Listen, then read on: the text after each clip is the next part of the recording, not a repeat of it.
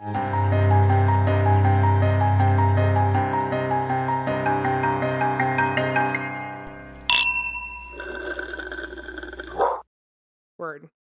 Word bird.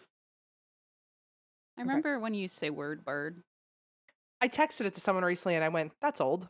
I kind of missed that. Word bird really got me back in the day. Thank you. Yeah. Not many people agreed with you, which is why I stopped doing I don't think, though, I don't know that that's true. I think we just didn't say anything, and I regret not saying anything, because I don't think I ever told you, like, it really did a number on me in the best way, and I don't think I ever told you till now. I never felt empowered or I'm acknowledged so sorry. until this moment. I should have told you, word bird really is a killer sentence, like a killer phrase. It's good. Word bird. I don't know why that surprised me, but it did. Wow, I walked right into that one. Hello, everyone. Welcome to And That's Why We Drink, the podcast where we tell scary stories. I am M. Schultz. I truly forgot my name for a second. Wow, I was like, what's really coming next out of my mouth? I did write it in the script for you. Okay, well, just in case you forget. Didn't read it. Obviously. How's everyone doing? Christine, you're the only one who can really answer. So how's everyone doing? Bad?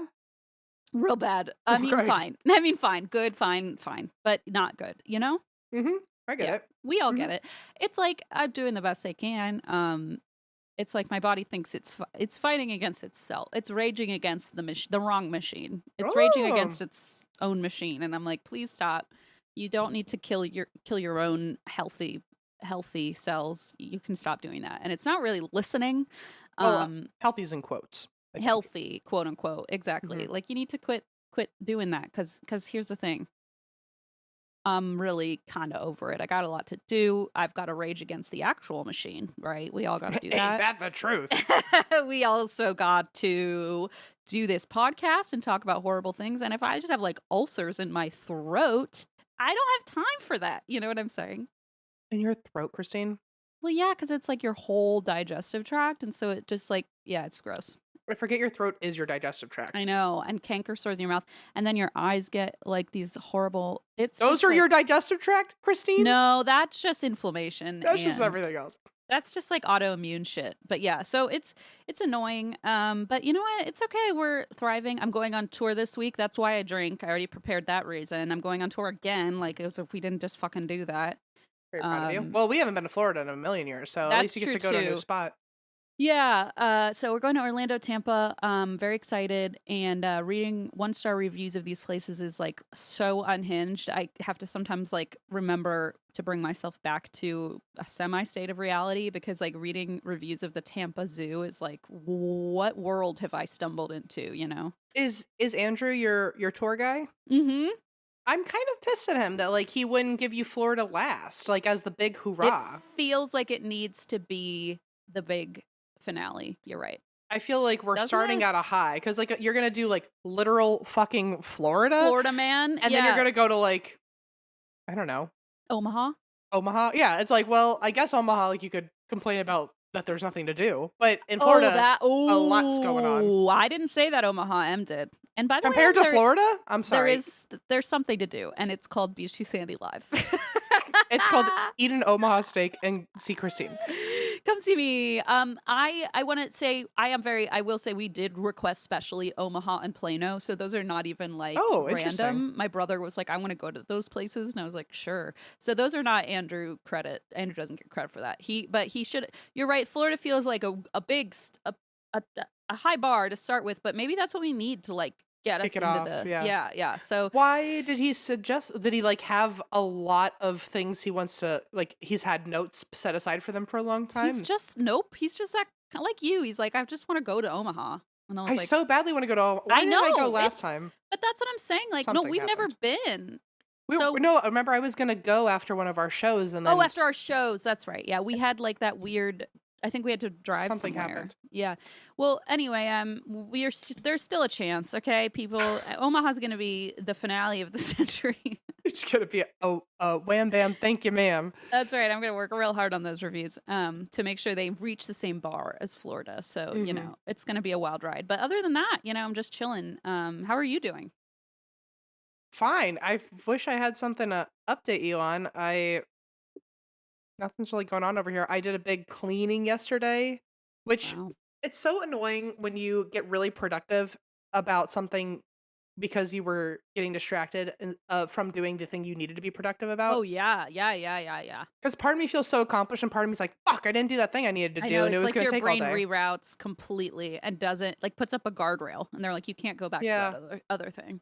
Like I have been trying to downsize my stuff because now that we're back from tour, I'm seeing just how many t-shirts I bought, and holy shit, Christine. Yeah. Like, it's like, actually, I've never actually been this self-embarrassed about. No, don't be embarrassed. It's like you want to celebrate each town, and we go to all these small businesses. Like, you want to support small businesses. You want to like remember the trip. I mean, it's not. Don't be embarrassed. But yeah, I also am lucky that I have just this giant space up here where no one really enters, that I can just shove all the stuff that I buy on tour. Which also One day I will. Isn't great. Yeah. One day I will. I mean, honestly, at this point, I feel like when we get all the construction done, we're just building a closet for me, is what it feels like. I was about to say, you're building a 2-story walk-in closet. That's all.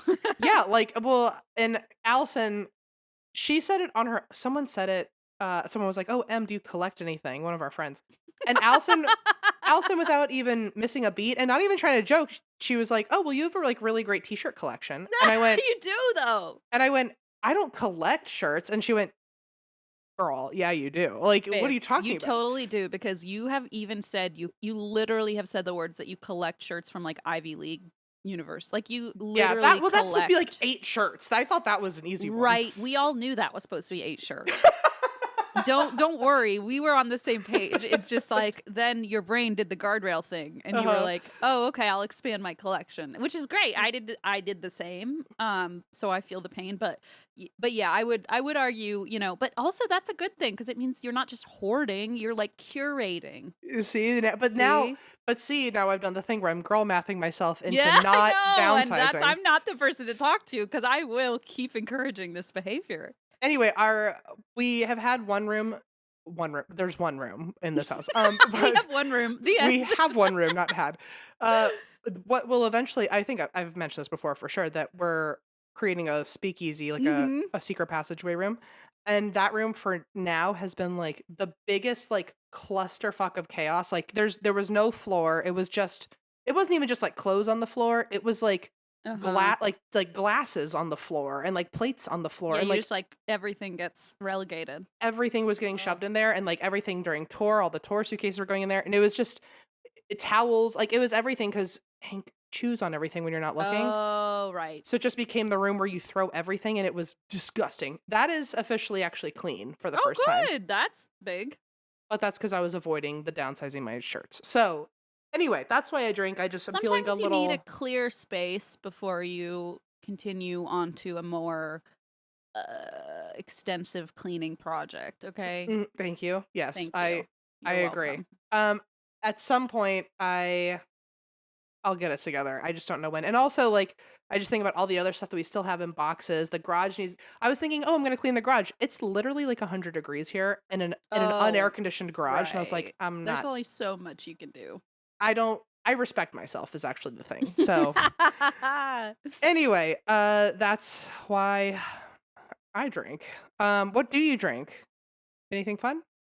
Oh, it's a little too fun, and I feel a little guilty for sharing this, because I did just talk about how my body's falling apart, but I kind of just don't give a shit anymore. So I'm drinking this hard iced tea. Oh, I love Arizona. It's just really good. It's like low alcohol level. I just sip on it in the afternoon if I'm recording with you, because it's more fun to sip on something, Well, funny you mentioned that, because it's in the fridge now, and if I get up, but next time we record, I just at the store bought blueberry juice, and it's literally in a wine bottle and like sealed and everything, and I was like, question, Air One, girl, okay. Sorry, we just recorded that other one. I had to say it. I remembered for once what we talked about last week. Thank you. I got it on the same trip. I was like, well, look at this. And it looks like it's a blue wine bottle. It looks cool. That's like where that is like the kind of thing that I can understand, like the excitement about Air One. It's like, oh my gosh, like where on earth would you find this otherwise? Yeah. Like blueberry juice in a beautiful bottle. Like, why not? Like, I'm going to open it on camera next time we're recording, because it's literally like the heat sealed kind of like, it looks like a bottle of wine. What if when I inevitably have to pee in the intermission, Oh then yeah. you go get it? We'll take a sip before your story. That's right, because I'm doing a part 2 and you're gonna need it. Okay, perfect. Great. Okay, well my story is short today. This was recommended to me by someone who recognized me on the street. Oh. In Erewhon, can you imagine? No, that would be so I don't humiliating. think anybody who shops at Erewhon regularly would, like, know who the hell we are, No, frankly. I don't think Yeah. so either. That's why I like going there, just to get away from the fame of it To all. get No. ready for the riffraff. The hullabaloo. Oh my god. No, this person Meanwhile, actually there's a Publix now near me, and I'm like, Oh, you're dude, so they opened lucky. a Publix like 20 minutes from me, and Leona and I went for the first time, and because it's brand new too, everything's like very, and it's in Kentucky, so it's like less populated than the Cincinnati area, and so you kind of drive down there, but like they had these little shopping carts with like the special little cars, and Leona was like beeping her way through. I mean, There's a was like, reason everyone loves game Publix. changing. Have you had one of their subs? Oh yeah, I mean I did back when I would visit somebody in Florida that I no longer really visit. Okay, cool. Why did I say it like that? I'm sorry. I'm gonna have one in Florida this week. Let's put it that way. Okay, great.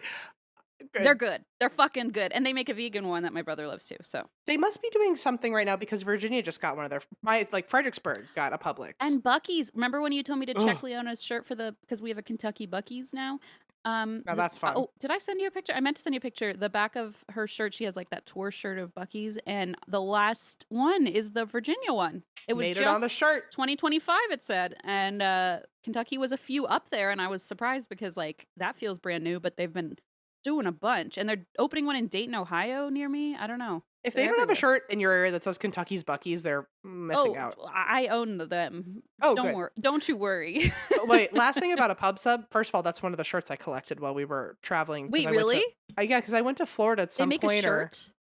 I was in Florida and I went to a tchotchke shop and it said Oh, I thought it was like from the Publix. I was like, that's if they hilarious. do, I'll own it eventually. Don't worry. Yeah. There's just like a mustard stain on it. That would be funny.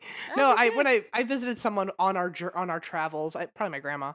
Oh yeah, because what I was gonna say is, what if it was a person I don't talk to anymore?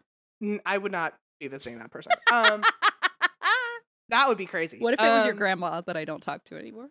I would understand. No, Remember when we talked about your grandma and then she commented on Instagram and we got in trouble? She thought that we were laughing about her demise. We weren't even talking. We were talking about your other grandma. I was talking about my other grandma who's dead. And I said, Christine laughed when I said something about my dead grandma. Dead grandma. And then M's real alive grandma was like, "How dare you?" And we were like, "It's not you. You're alive." We weren't talking about you. We weren't. Anyway, no. And Megan was like, "Hi, M's grandma wrote in and is pretty mad." I was like, "That's an M problem. I don't know what to tell you."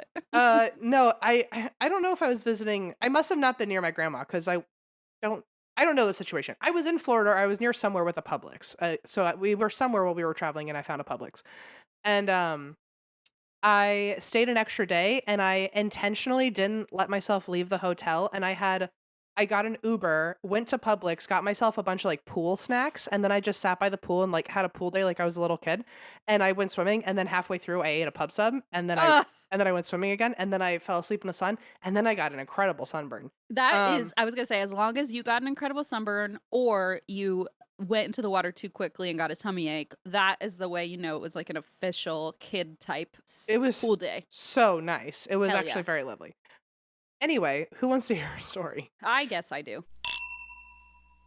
So I used to think like, oh, I'm not a fashionable person ever, but I feel like lately that I've had the tools necessary. I've become a more fashionable person. Like when Em and Eva sometimes see me on tour, they're like, okay, and I'm like, what? And they're like, where did you get that? And I'm like, obviously Daily Look. Where else would I have gotten it? They put a whole wardrobe for me together, and now I'm going on stage looking like, oh, this whole thing, I did this myself. A+. Thank you. You're welcome. This podcast is sponsored by Daily Look. It is the #1 highest rated premium personal styling service for women. With Daily Look, you get your own dedicated personal stylist to curate a box of clothes based on your body shape, preferences, and lifestyle.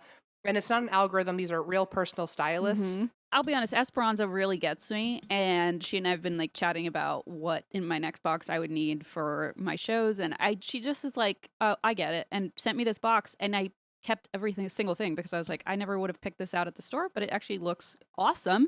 So thank you. A shout out to Esperanza. You're really nailing it.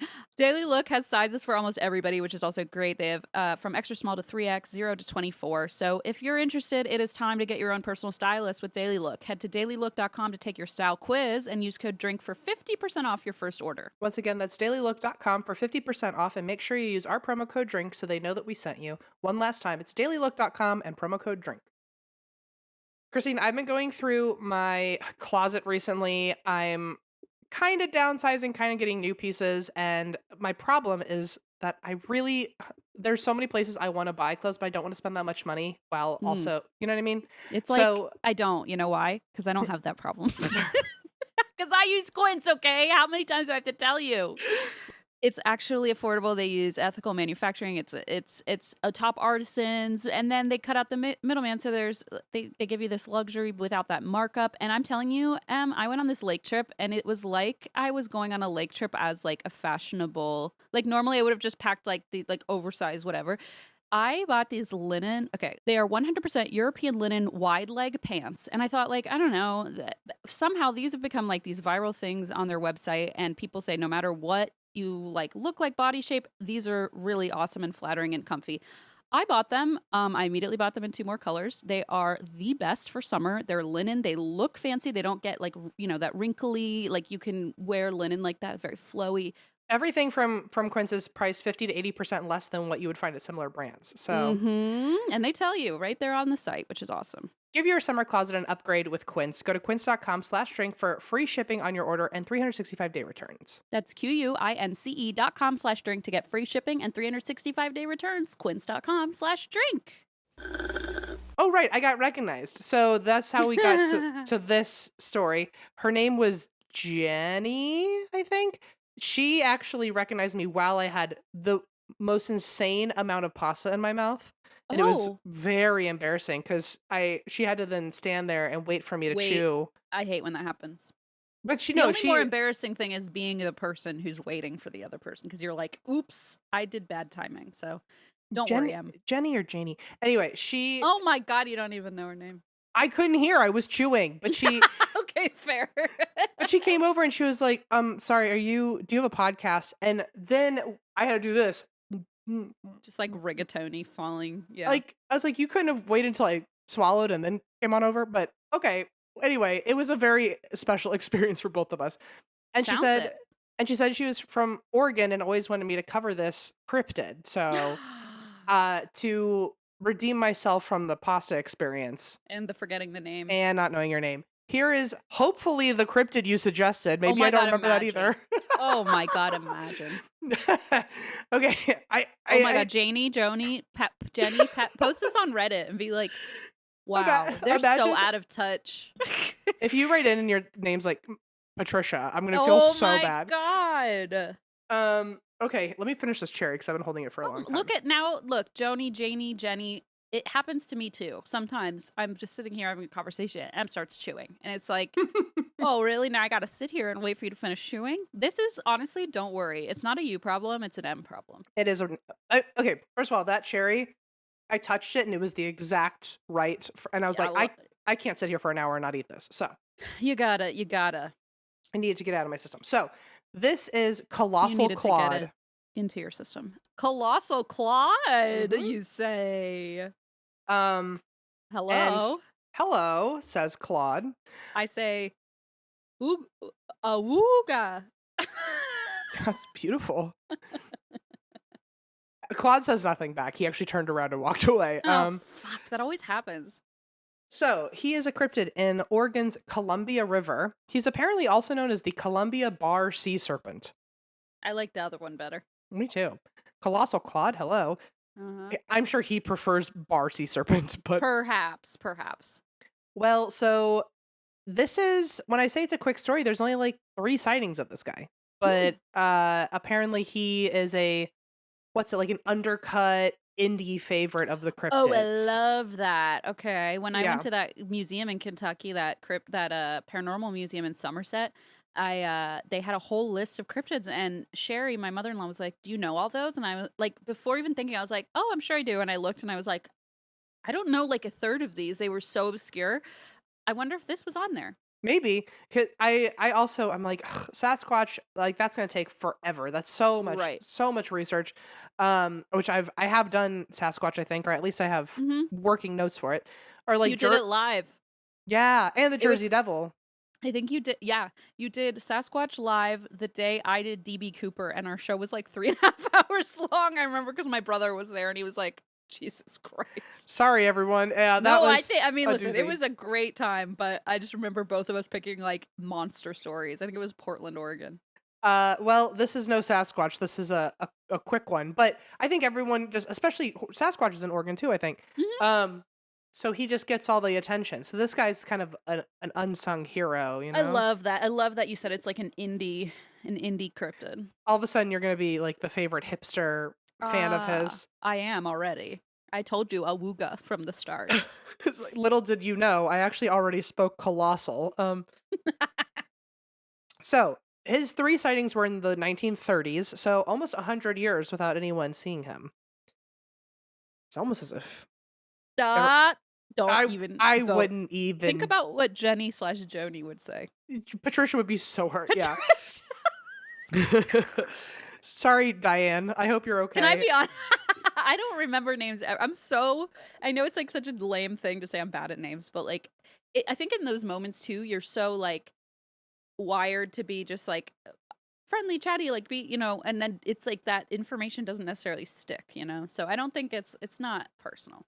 I'm Except in already this excited case. if there's an email from Megan eventually where it says, "My name is Janie, Joni, Patricia, Diane." Yeah. What if it's actually Megan and you've just blocked it out? Like what if the name that is would make actually Megan? sense. Yeah, that would make a lot of sense.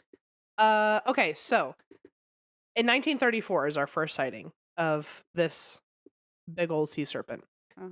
It was seen by a guy named L.A. Larson, and he was the first mate of a tender boat called the Rose. Ooh. If you had a boat, what the hell would you call it? Not that. Me either. USS. Oh, I've thought about this before, and the SS. I don't know. I wish I came up with like a funny thing. I feel like this is a question we should be prepared to answer because it feels like something you'd get asked in like a weird context like this. Yeah. But I don't even have. I wouldn't probably name it after Leona. I just feel, how people do that, like they name it after their wives or whatever. Yeah. It just feels the like Leona sounds good though. It does though, yeah, maybe. But I think like she's got enough of a 99th percentile head circumference. I don't need to like name a boat after her. She wouldn't even be able to fit on the boat. Okay, fair. She'd capsize it, and then what? She's too top heavy. Yeah, she would just that thing would go down. Big brain. Now, I mean, if you were to say like, I'm sailing the mighty Leona, that sounds very poetic. I like that, but then it feels like that's gonna sink and become a haunted ship. Doesn't it feel like it has like a cursed future? It feels like 100%. The SS Leona, the ghostly ship. Like I don't want to like get involved in any of this shipwreck business. But you would be manifesting lore for her, which is nice. That is true, and I probably wouldn't allow her on this boat because I feel like it's bound to end in a bad situation just by the name alone. Yeah, I see. Yeah. I see. I would like to think that I would have like something punny. Like there was. Yeah, same. I don't know. I'm not gonna be able to come up with an answer right now. I would want to be like really proud to say the name of it. Yeah, but like, here's the thing though.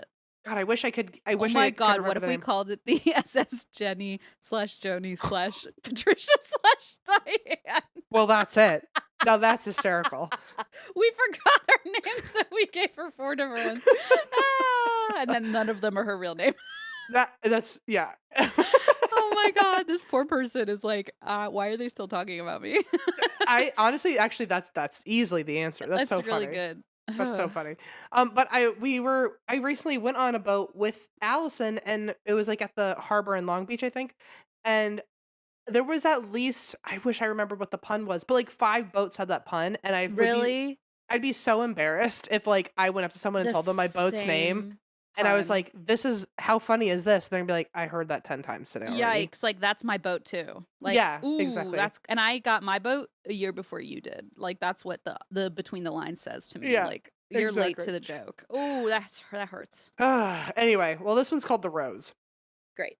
1934, the Rose, and it's also the tender boat, like the smaller boat of a bigger boat. Got it. So people are on the Rose, and all of a sudden they see this big creature swimming through the waters, and the entire crew on the other ship also sees it. Okay, like the bigger one? Yeah. So the captain, his name's Captain Jensen, he said that it was this massive fucking thing swimming through the water right next to their boat. It had the body of a snake. It was roughly 40 feet long. What? Which I don't even know if I can figure out in my head how big 40 feet is. Unless it's like next to your boat and you know how long, you know what I mean? Like if you know how long your boat is and you're like, Yeah. oh, it must be. But yeah, that feels, and also under the water, like you're only seeing parts of it, I would imagine. How long is a school bus? Okay, 40 feet. Hell yeah, brother. You are fucking kidding me. So it's the length of a school bus. That's amazing. And so that's so funny. Okay, I'm so good. So weird and so random. I'm so good. You are you should get a boat. I should get a school bus and put that on a boat. Oh, you should get a school bus. Okay. So it's roughly the size of a school bus, and it's swimming around you. Horrifying. Mm-mm. One source, I guess one of the people on the boat said that it had a neck that was 8 feet long. What? Which is 2 feet taller than me. Yikes, that's just the neck. Talk about a digestive tract. Holy shit. How wide is a school bus? It's about a third of a school bus. No, a fourth of a school bus. And it had a big round body. This is a quote. A neck 8 feet long, a big round body, a mean looking tail, and an evil snake look to its head. A mean looking tail and an evil look to the face. Okay. Yeah. But if it don't get that twisted, not an evil tail and a mean face. Correct. That would be really silly of me. Also, like imagine if it had a nice face. Like I don't think anything swimming around you that looks menacing is going to have a nice face. I think the sentence would be more meaningful if one side was evil and the other was sweet. Oh, or if they maybe gave some actual fucking information like, hey, it had a sharp thing on its tail, not like an evil tail. What the fuck does that even mean? Like, is that scales or like flames? M doesn't like opossums and rats because they have evil tails. It's like that doesn't exactly. But like you can't necessarily equate that. Like give me some specifics. And I've always said that. So I've always said that. A different source, here's where it gets even weirder, because they said a mean looking tail and an evil snake look to its head. But then a different person said, it does have the body of a serpent, but its head is a horse. Yeah, you dummy. Yeah, I'm like, in the fear, I was still able to recognize it was a horse. What are you talking about? Like a seahorse? Now that's a great question. Because it's like with a mane. What do you mean? Like, is the mane just like all like matted because it's been in the like? I don't understand. Okay, honestly though, imagine having like a horse mane constantly drenched when you're getting out of the water for a second. Oh like, my god! And then it your gets neck stuck would on break. like barnacles all the time, and your neck is 8 feet thick, so it's like already hard enough, I can't. You. And also, what are you able to swallow if your neck is 8 feet long? Like, what are you? Oh my god! That boat anybody and anything. The Rose is in trouble. That tiny Probably little tender. A school bus. It's like a chicken nugget for him. Yeah, yum. So crew members are watching this thing swim around. They're all apparently sharing binoculars and watching this thing. Why do you need binoculars if this thing is the size of a school bus and next to you? Great question. Anyway, eventually they asked the captain if they could get a closer look. How much closer can you get to this thing, I wonder? Stupid. And the captain said no, because this thing is so big that it might topple the boat. Yeah, what the fuck? Like, no, we're not going to drive toward the evil-looking snake creature. Right. Fucking insane. Oh, the school bus-sized, horse-headed evil thing. Let's go run it over and see what happens. Jeez. And also, in 1930, in my mind, they only have, like, wooden oars. It's not like they're speeding down there. They don't have, like, the fucking Coast Guard on call, Yeah. Well, this was, and the captain not only said no because that was, like, stupid, and I don't know what the standards and practices are for a big monster in the water, but certainly the captain was on the right side. But to add to it, this crew, I guess, had recently had a lot of bad luck. Like, they spent a month in the water, during rainstorms. Like, it was only rainstorms for like 30 days. Not good. Then they spent one of the crew members had a mental breakdown. Ooh. In the Oregonian newspaper. Oregonian. It's quoted saying, Oregon, like Oregonian. Yeah, I think yeah. Oregonian, yeah. Okay, yeah, thank you. I didn't know. About this one crew member who like had a like some sort of anxiety attack or something. In the 1930s, they were quoted saying he became insane and had to be tied up for safety until a lighthouse tender was able to creep close enough 3 days later to take him off and hustle him ashore where he could relax and quiet his nerves.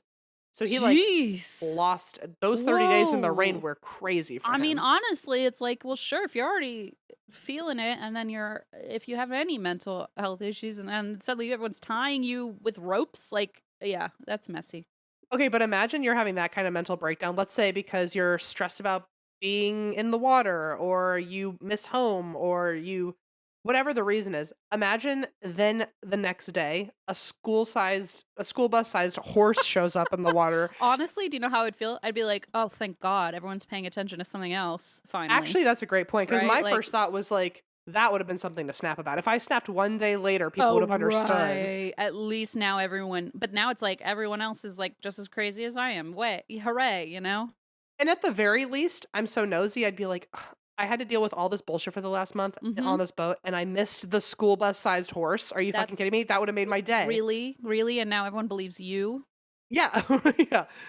So anyway, the captain said, no more chaos for any of us. We're not getting near that thing. Let's stay away from the 40-foot horse snake. And although they reported this experience, the news never really picked it up. I don't know if that's because it was the 1930s and they didn't have enough oi mistas, but whatever. 3 years later, in 1937, another report comes in. So 3 years it hasn't been seen. But this whole boat full of people saw it. So that's interesting, because usually it's only like one guy saw. Or like a dad and a son who are out fishing and like. Yeah. I feel like a group is different. So people had technically heard of it if they were reading the right newspaper, I guess, or if they went to the right pub and heard the story. But nobody had seen anything. 3 years later, another captain of a different boat, this one's called the Viv, which I also wouldn't name my boat, but it's more fun than the Rose. I like the Viv, yeah. Captain Graham of the Viv, he saw something, and he called it, quote, a long, hairy, tan-colored creature with a head of an overgrown horse, 40 feet long, and a 4-foot waist. A 4-foot waist? So it's like hourglass figure? You know, that's a great point. Like 8-foot neck and a 4-foot waist? If your neck is 8 feet long, and then half that on its side wide. No, big ass neck like a dinosaur, like a brontosaurus or something. Oh, I thought it was how wide it was. Okay, I see. No, it's 8 feet tall, and then its waist is half that on its side.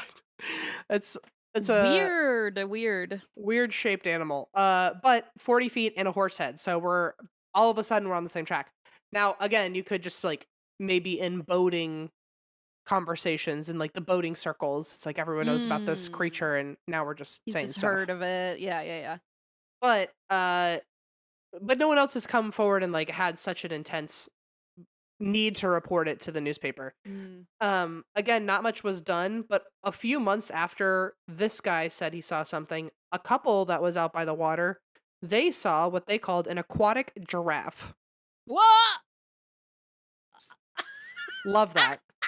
I'm so glad you specified the 8-foot thing, because I would have been like, sorry, what? This is a totally different. What is this, Jumanji? Yeah. Yeah, like what is happening in this fucking water? Okay. So the 8-foot long neck. Okay, I get it. The giraffe, that's honestly the best description so far. Yeah, I think so, because if it's, I guess a giraffe is a horse head with a long ass neck. Good fucking point. It has the mane and all that shit. Yeah, it's not a mane. I don't know what it's called, but you know what I mean. Why has no one else said giraffe yet?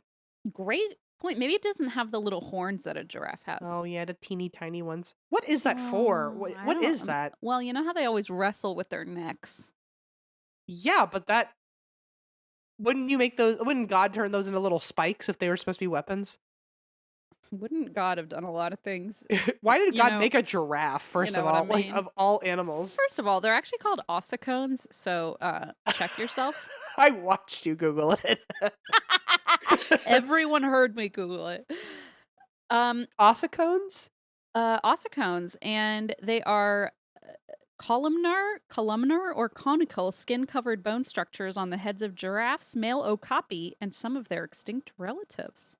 Aww, But what are they for? cute. Similar to they use them as weapons during combat. Told ya. Where they use their heads as clubs. Yep. It allows them to deliver heavier blows with higher contact pressure.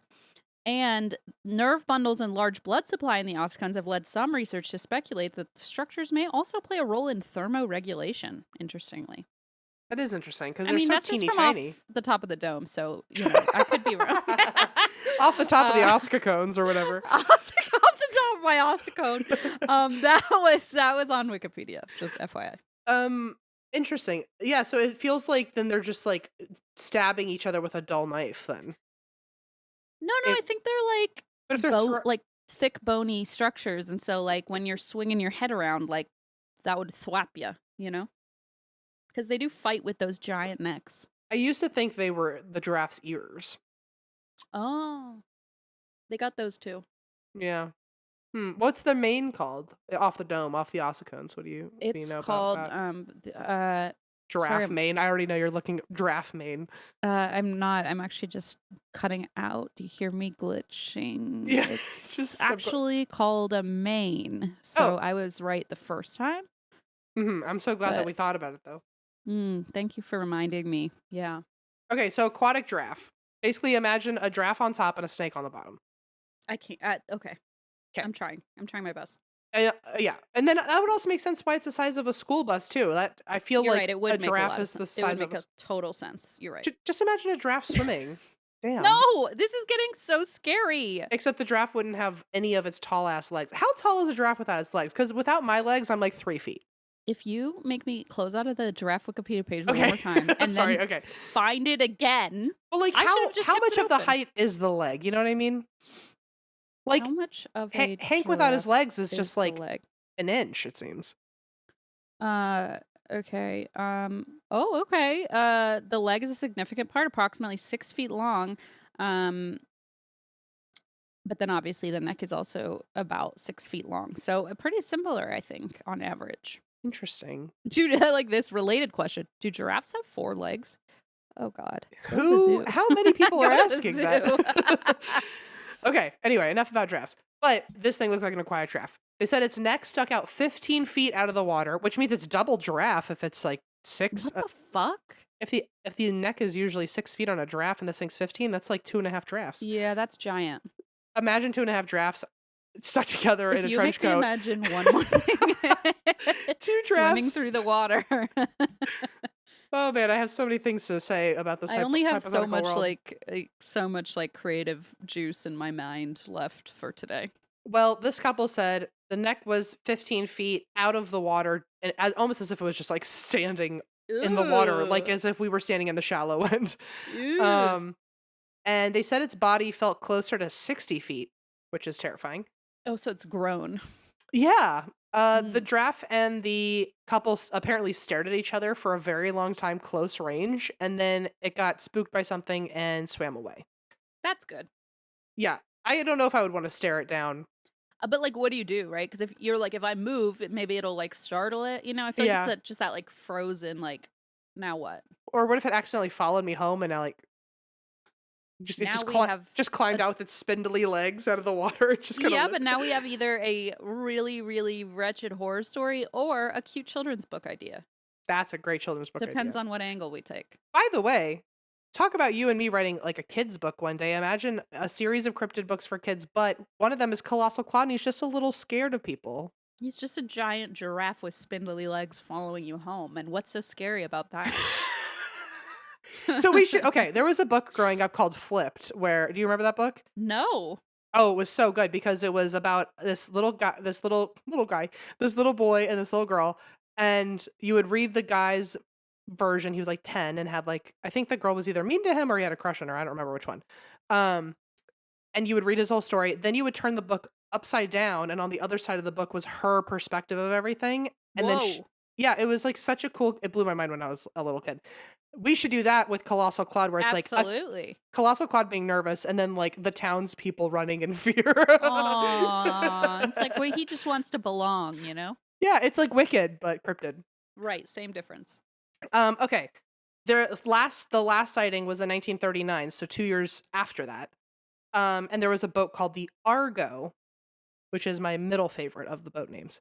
Yeah. And Captain Anderson on this boat claims that the creature was 10 feet from them during the sighting. Its head and neck were poking out of the water while it was eating some fish. Now, mind you, the Argo is a fishing boat, so really what the captain saw was this creature eating their supply, which I love. Oh. And one source said that Colossal Claude raided the boat like he's a fucking pirate. What? But he really actually he was definitely stealing their fish because this is a quote from Captain Anderson. He had a bent snout that he used to push a 20-pound halibut off of our own fishing lines and into his mouth.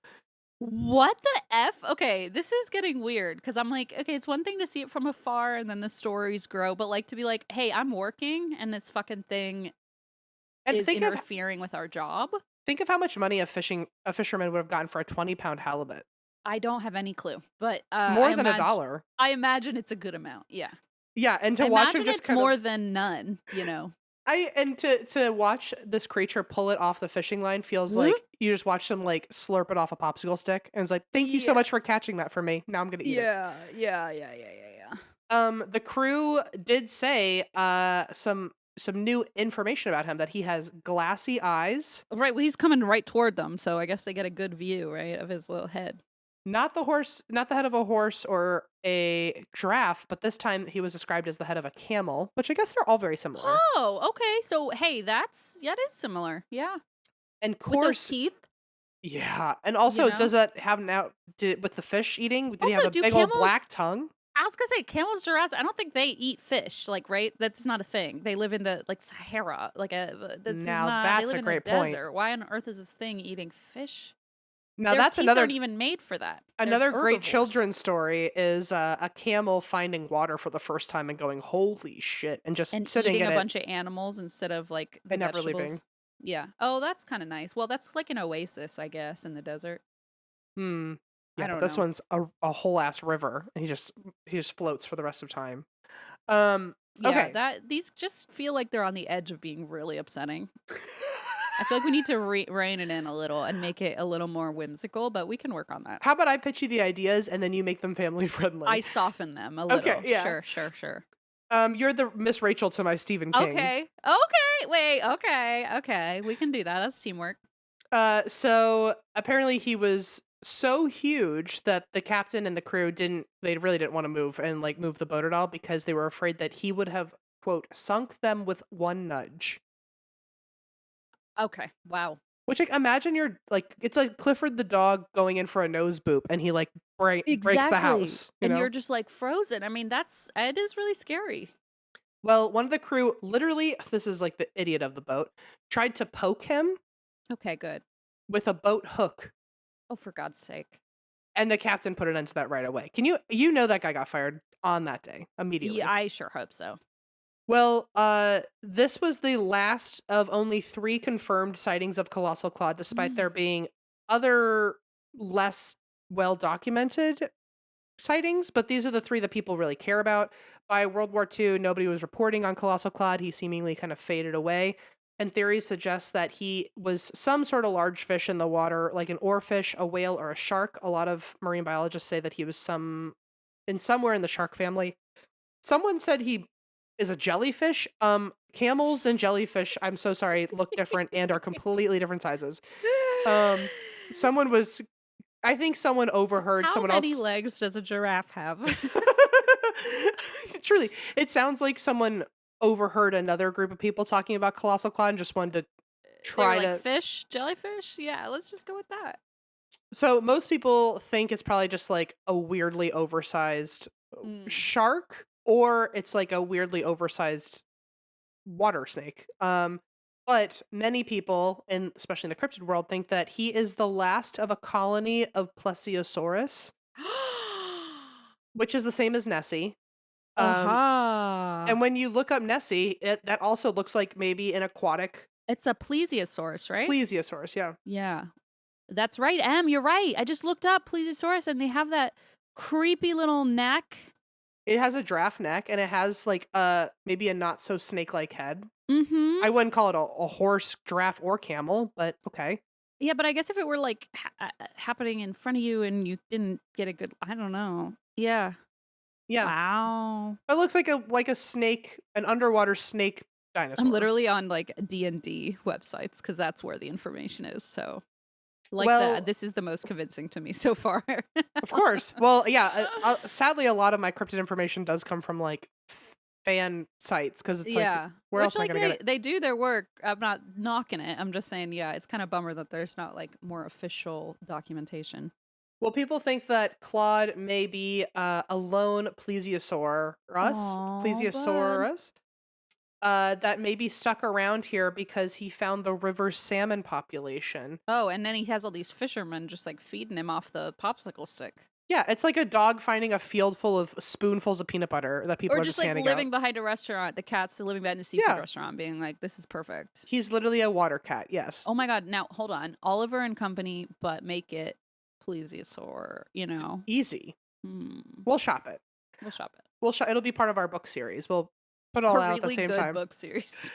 All sightings were the reason that they claim this, or why they think that maybe he's living off the salmon, is one of those sightings was that he was eating fish. Also, all of the sightings were during salmon seasons, and when the population slowly petered out, so did the sightings of him. So they think maybe he followed other fish to a different area, or maybe he just died because he was hungry and there weren't fucking fish. Oh. And since he's a plesiosaur, technically he could get out of the water, because plesiosaurs are like seals, where like you can be out of the water for a second. Yeah. So in theory he could have waltzed away, but then again, people would have noticed a 60-foot school bus, horse, camel, giraffe snake. Yeah. You'd think. You'd like to hope so. Although interesting that, like I said, multiple groups years apart from each other with minimal news coverage to have biased them, they have all claimed to see the same thing. In the same area. I find that very intriguing. In 2017, there was a bit of a resurgence for Colossal Claude. He got a shout out on this show called The Proof is Out There. Hell yeah. Season 3, episode 6. It's essentially like unsolved mysteries, but then they give you a verdict of like what they think really happened. Okay, I love it. So in 2017, there were these two friends that went kayaking in the area, and it's 2017, so they had their phones out and they saw something weird in the water. They're like, what the fuck is that? So they filmed it. So that footage got on the show. I almost said this I was like, man, I wish that there were any sources besides the 1930s when someone had a camera phone. So that's very exciting. Okay. So and also what they saw, I will say, if you and I saw that, we would have been pooping ourselves. I don't doubt it. They started seeing strange bubbles rise from the water, and not like a low simmer. Like all of a sudden, it looked like a fountain was trying to turn on under the water, or like like when the sprinklers are kind of fucked up, so they're kind of half spouting. It's like that. Yes. Yeah, I don't like that. It's gurgling. Oh no. So that started happening in the water. He takes his iPhone, and actually, I think maybe it was waterproof or water resistant. It was actually a Samsung Galaxy, so be careful. No, I'm kidding. It was some sort of I can film underwater phone. Oh, okay. Because then he puts his phone in the water to be like, what's under the water that's causing these bubbles? And he couldn't see anything because as soon as he put his phone down there was this like underwater eruption of like leaves and mud, and everything got like super brown and disgusting and like totally blocked any view of what he could have seen. What?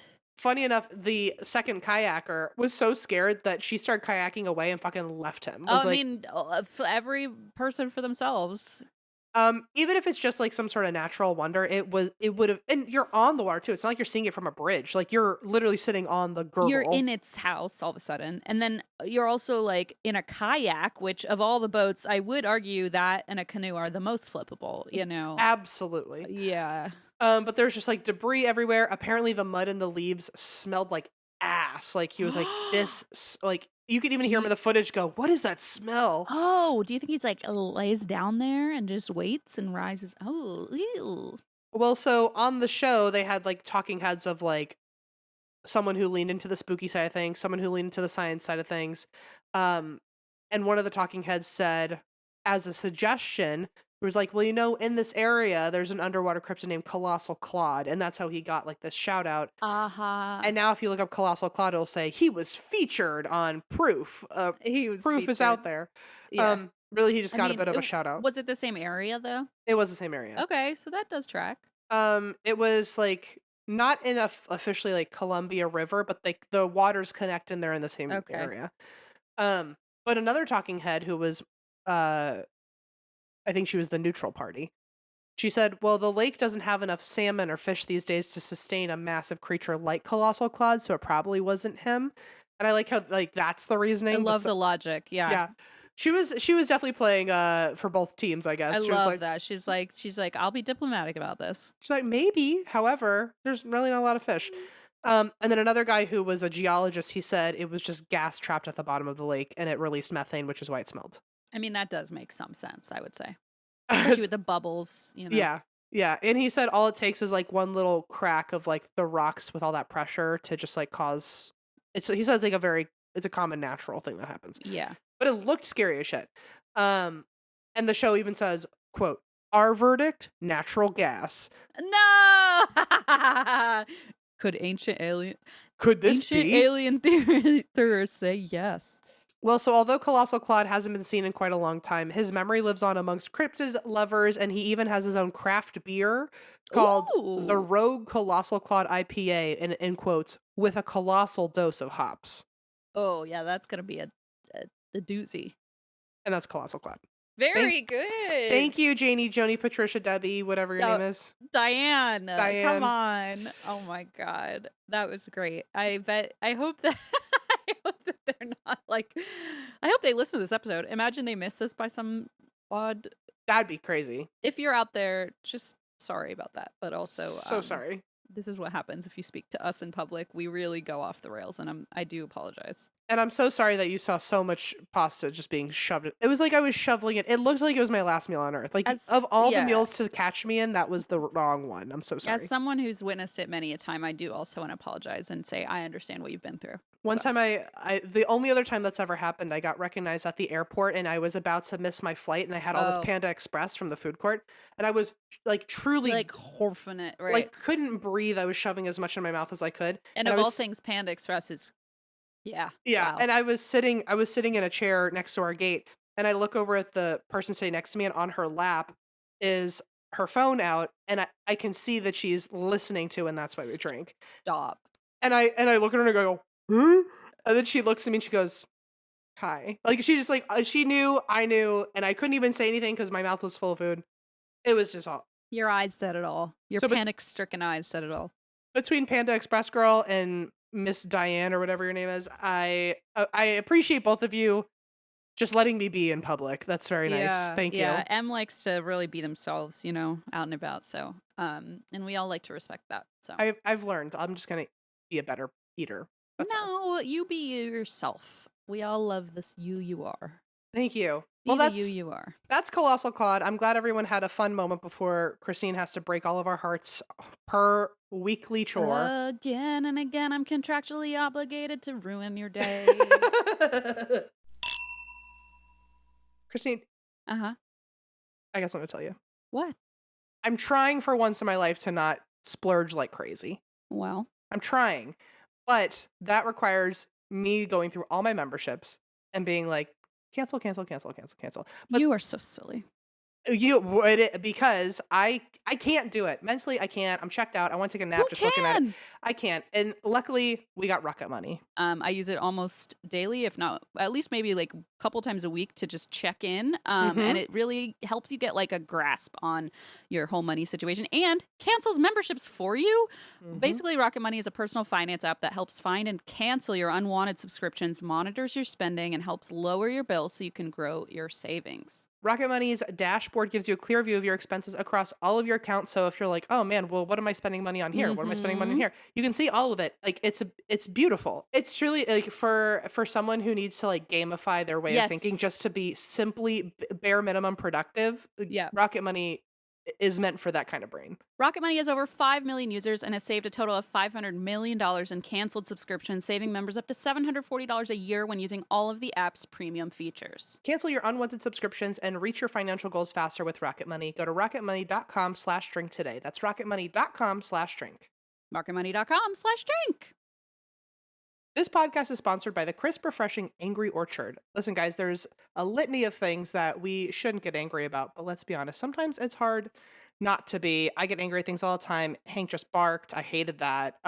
Immediately got really angry. Hard for all of us. I'm eating cherries and I bit into a pit. That got me really angry. All sorts of stuff. You know what makes me mad? That when my phone thinks I'm really angry and I'm writing ducking. Oh. And all of a sudden, I'm ducking pissed. I'm like, do you know that you've just agitated me beyond all belief? Anyway, so we're losing the plot here, but here's the thing: things are easy to get angry about, but instead, why don't you get an Angry Orchard and feel good, feel chill, refreshed, not getting pissed off, just having a tasty orchard? It really does settle my mood. It lowers my stress levels because I'm just I'm not as angry when I'm drinking an Angry Orchard, even though the name implies that I would be. Not as ducking angry, no. Not as ducking mad. It is a perfect balance of sweetness and bright acidity from culinary apples and dryness of traditional cider making apples, resulting in a complex yet refreshing hard cider. Every time Christine drinks one, I hear her do this at the end. She goes, Did you hear me just go, ugh? That's what I do too. It's so good. I would like one right now. I might actually go get one. Get an Angry Orchard cider today. Don't get angry. Get Orchard. Please drink responsibly. So what you got? You got your bloob juice? I got my wild blueberry juice. Okay, I see. It has the aluminum seal. She has legs. She has got some legs about her. Look at that. Look at that. Doesn't it look like I don't know much about it except that it's 100% wild blueberries. That is pretty. And from Maine even. That is Maine blueberries. Yeah. Wow. It says LOL in one bottle, 43 grams of sugar. Holy shit. Wow. Shake well before serving. Oh wow, bartender, startender. Look, not my first rodeo. Maybe on planet Earth, but the gravity might be a little different here. Is this almost my first wine that I've ever had? Oh my god, this is like ASMR. Well, anyway. Okay, never mind. I take it back. I spoke too soon about the ASMR. This is my first time, it seems. I mean, I don't know how to open a wine bottle, and I'm a wino by trade. So elevator music. Please stand by. We have to step away and go. Okay. Here we go. Oh look, I'm becoming Christine. I'm just using knives everywhere. I really I do see now how alarming it is to be on the other end of this. Do you? Yeah. Will you now stop or no? Okay. So what do you think? As I said it, I went, why did I say that at all? Okay. Question. Mission accomplished so far. Fantastic. Just barely. Okay. Ooh, she's beautiful. Oh my gosh, look at that foam. Whoa. I literally almost I almost went to smell it. Smell of vision. I mean, it smells like grapes, which is interesting. Interesting. Maybe it's like the concentrated because it's so concentrated. Here, some ASMR for people. This glass I got out of the fucking Jetsons. What in the world? This is I'm so excited, and that's why I drink. I'm drinking for the first time. She's got. This is gonna be the moment where I do it all over. I spray the juice all over my keyboard.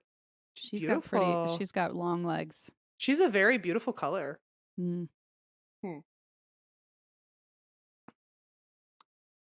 I hate it. No, you don't. It doesn't taste like blueberries. Is it sour? Like on the front end, it's very tart. What's the nose? It really smells like wine, which is weird. Are you sure it's not alcoholic? Yeah, it's at 100% blueberries. You're right.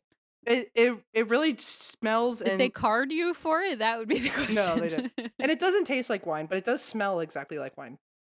Well, I bet it smells like wine to someone who doesn't drink wine. I bet to me it would not smell That's true. like wine. But no, the first little bit of it has like a sour bite, and then it doesn't taste like anything, What? which is not what blueberries taste like to me. I was expecting like a sweet Although I situation, guess sweet if you treat. bite a blueberry, then they're like mostly water inside, kind of. I don't know. It depends. I kind of want to like take a bunch of blueberries from my fridge and smash them up, and then try it against this, and then prove that this is a lie. Maybe it's because they're wild blueberries. Oh, you're right. You Anyway, know, I mean, I don't know. Don't say I'm right. I don't fucking know. I mean, look how like the color like cakes onto this bottle. Like, look at that. It looks like it's painted now. Mm-hmm. It's not messing around. Thank God I'm not wearing white. But I am gonna do the classic wine thing and sip it anyway. So Oh, I love that. Oh my God, what a power move. Hell yeah. I'm gonna So say, just expect like a grimace every few seconds, everyone. yeah. Well, also as Christine talks about some horrible. At least True. now there's a double entendre whenever I. Yeah, you've almost got like a double sensation of like just an unpleasant time on Mhm. an affront to all your senses, if That's you will. exactly right. That's Yeah. exactly right. And ours too. So thank you for that. Wow. Wow. M's nostrils flared so like I'm not trying to be. I'm gonna drink it on principle that I bought it at Erewhon. You know it was expensive. I have to I drink it. promise it was. Yeah, I don't doubt it. It is the most beautiful color drink I've ever seen in my life. It is like Can, can I say you don't have to drink it? I'm sure people have said that to you before. Christine, did that stop you? It sure didn't. And you know what else? You could also use it instead as like a additive to like sparkling water or something, or like a mocktail. That's true. Maybe That's what that's the what rest it's of the bottle more will be meant for. for. Maybe, yeah. Okay, so you sip it now. Also, think of all those antioxidants. Bro, I'm thinking about anything to get me through it. So Okay. Wow. Yeah. Okay. Fair point. Fair point. Alrighty, everybody. I am back at it with the Delphi Murders. I have part 2 here, and I am glad we recorded within like a week so that at least we have some, memory of the last episode. Just as a recap, I'm not going to make you go on the stand here, Em, but I'm going to give a quick recap, and then if you have any questions about anything I missed, let me know. okay. Quick recap of the Delphi murders. Abby and Libby, teenage girls, they were murdered on February 13th, 2017 at the Monon High Bridge. There was that Snapchat video that, or the Snapchat photos, I'm sorry, that Libby had taken and had taken a video of him on her phone. And police initially released a photo of the suspected murderer. It didn't say where it was from, ended up being from her cell phone. They also released the first sketch of the suspect because you couldn't see his face in the photo. And they released an audio clip eventually of the man speaking, saying the words they believed down the hill. Right. This became known as Bridge Guy. And then 2 years later, at a press conference, the police released a second sketch that looked very different, as we discussed from the first sketch. And people started calling it Old Bridge Guy and Young Bridge Guy because it was like they were so. And the family was very disappointed because they felt they had put so much work into getting that first photo out there. Well, also because the pictures look, as I said last time, looked so vastly different, but then apparently overlapped like magic. All of a sudden, they're the same person. You're right. I think the thing, and I think it convinced me only because I watched the like layover happen, but I think it was the eyes that were so similar. It was almost like freaky. Maybe that's what it was. I don't know what it was, but separately they looked like two completely different people. They sure do, and we have links to those, so we'll definitely share those. Bridge Guy basically became the person everyone was on the lookout for. Citizen sleuths online got in the game and started posting. I mean, of course, things always can get out of hand, even if you have the best intentions. So online sleuths were posting like side-by-sides of people they knew, and then the sketch. And it's like, you're just creating like a frenzy that is taking away from the real story, Yeah. And I'm not saying everybody was doing that. I mean, obviously, I do true crime as well for content, but there were just some people who, and I'll get to it, but there were some people who got a little too involved, in my opinion. Okay. And we'll leave it there for now. Sure. So, this second sketch had been released over 2 years since Abby and Libby were murdered, and there had been pretty much barely any information shared with the public regarding the investigation. Although mainstream media and social media content creators kept proposing like different potential suspects, the authorities investigating the case rarely discussed any leads or anybody of interest publicly. And because of this, like this kind of lack of information and Mhm. the new sketch, people were starting to think like, okay, the police have nothing. They have botched this investigation. If they had any information, they would either be sharing it with us or they would be on the case and finding the guy. Yeah. And there were a lot of arguments made that, you know, the police weren't prepared for this and didn't have the right resources and perhaps like compromise the crime scene, which I know we talk about usually with older cases, but this being in the, you know, closer 2017, so more recent, it was considered that maybe they botched or you know, contaminated the crime scene. Some people said that all the volunteers searching had trampled through the crime scene and maybe that's why you know, there was no DNA evidence. Like you'd think with leaving these two girls in the woods there and a video of him on her phone that they'd be able to like Were they by the water at all? Like, could it have been washed away, or was it, like, kind of in the middle of the no, woods? it's pretty much this bridge that goes over this creek. So there is water, but I don't believe it's enough to be, Like, you their know, bodies weren't found a by the torrential water? rain or something. No, no, no. Okay. And there also wasn't much given about what was left at the scene. So we don't even know if they have DNA evidence. We don't know. There's just not much being shared at all. So people were like a little bit confused, especially when that second sketch came out and they went, who the hell is that? You know, Mhm. like 2.5 years ago or 2 years ago, you said it was this other guy. So there's just a lot of like, and with the video, you know, they say, oh, there's this video of him, but you only get 3 seconds of it. And they Mm. know there's a longer video. So people are saying, release that, you know, maybe we can find out who it is. So it's kind of this like tension building, right? Like between journalists and the families and people who want to know, content creators, and then the police kind of holding things close to the vest. So all that to say, authorities insisted for their part that they needed to keep a tight lid on case details to protect the integrity of the investigation, and that they wanted to keep some things private so that, you know, if they caught the guy, they'd be able to confirm that he knew details no one else would know. Yeah, yeah, that makes sense. Yeah, so that's the catch up. So, do you feel caught up or Oh, is there yeah. No, anything? totally. Okay, great. Okay, cool. So, here's where we begin with some new info. We're skipping to February of 2021. This is the 4-year anniversary of the girls' deaths. Libby's grandparents spoke in an interview about their continued hope that the killer would be caught. I imagine that they didn't think they would have to wait till 2021, you know, post mid COVID to like be still looking for answers, but Mhm. that is just how it sometimes goes. Although it was 2 years ago that that second sketch was released, they believed that it could still lead to a break in the case somehow. Maybe somebody just hadn't seen it that could help, and they refused to give up on the investigation. They thanked their community for, you know, what they were doing and the fact that they kept talking about it and kept caring about it. But that was kind of all they had. They really didn't have much else to go on.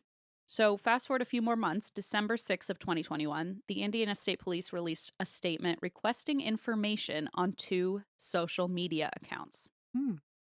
Now, one's on Snapchat, interestingly, and one is on Instagram. And both accounts had the username Anthony_Shots, Okay. SHOTS. Cool. Anthony Shots posted photos of himself, like expensive cars, like stylish wardrobes, mirror selfies, that kind of thing. None of it was real. It was a catfish. It was this guy Oh, no. using photos of a random male model and other people's cars and houses and belongings, and was catfishing girls, little girls. And he did this to connect with girls as young as 12 and gain their friendship and trust, and then would solicit child sexual abuse material from them. And that suddenly was on everyone's radar. I am writing down my prediction of what happened Okay. because I don't wanna accidentally say anything and then, like, I'm take away intrigued. from I the actually kind of plot. like that angle, you know? It's Yeah. like a double blind experiment. That's not what a double blind you know what I mean. Yeah. So they asked for any information on this. And I want to make a point as well here to say that the reason we write child sexual abuse material is because the term child pornography implies consent, and Mm, this being a non-consensual situation with minors, sure. child sexual abuse material is just a more appropriate word. So in 2017, investigators tracked this account, Anthony Shots, to a residential address in Peru, Indiana. On Okay. February 25th, which was less than 2 weeks after Abby and Libby were killed, FBI, state, and local police searched the home of 22-year-old Keegan Klein. There were thousands of messages between Keegan and minors using varied social media and electronic devices, and it was discovered that he also had another account where he posed as a teenage girl named Emily Ann. Ooh, okay. The probable cause affidavit filed by the Indiana State Police in 2020 identified Emily Ann as Keegan's stepsister, and he would Oh, use her her pictures. pictures to target and groom real teenage girls as friends, which is Oh just my. one of the more sinister. I mean, it's just all fucking sinister. When the police released a request for information, remember that was only 2 weeks after the two girls were killed. Now we are years later, late 2021, and suddenly the police are requesting any public information on Anthony Shots.